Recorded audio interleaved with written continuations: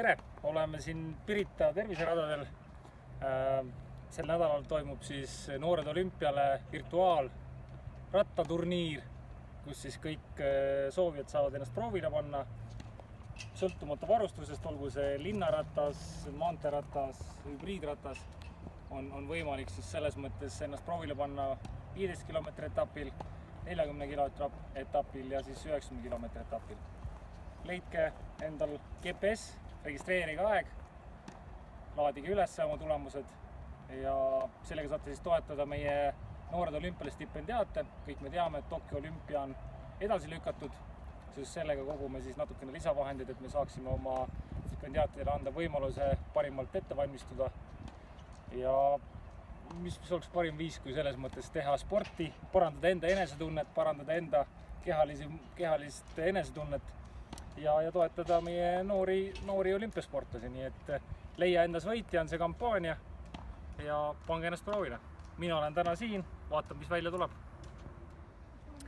Tere, mina olen Susanna Kaul, Eesti parim paraujõuja ja lähen täna starti selliste meestega, keda ma kõiki kavatsen võita oma linnarattaga.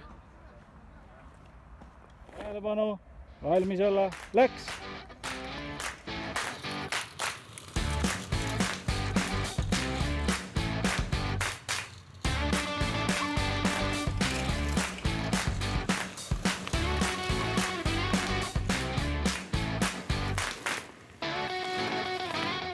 Oleme juba teisel kilomeetril.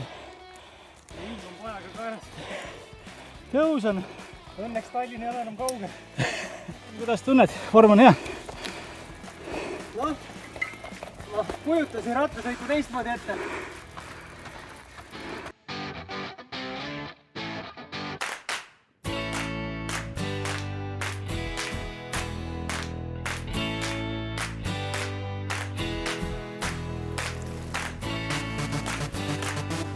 Algab teine ring.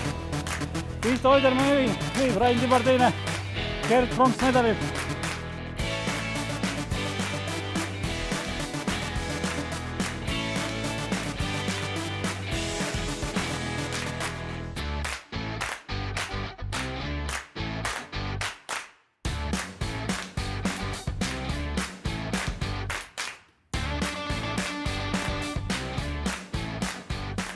Lõpetatud 15 kilomeetrit. Kuidas tuju, kuidas tunne? No tuju on alati hea pärast spordi tegemist. Kindlasti natuke väsinud. Käigud hakkasid ka tõrkuma. Nii et selles mõttes. Aga ei, mõned uued rajad enda jaoks siit leitud, et selles mõttes igal juhul tasub tagasi tulla ja kutsun kõiki teisi spordihuvilisi ka igal juhul liikuma ja meie viimaseid suveilmasid nautima.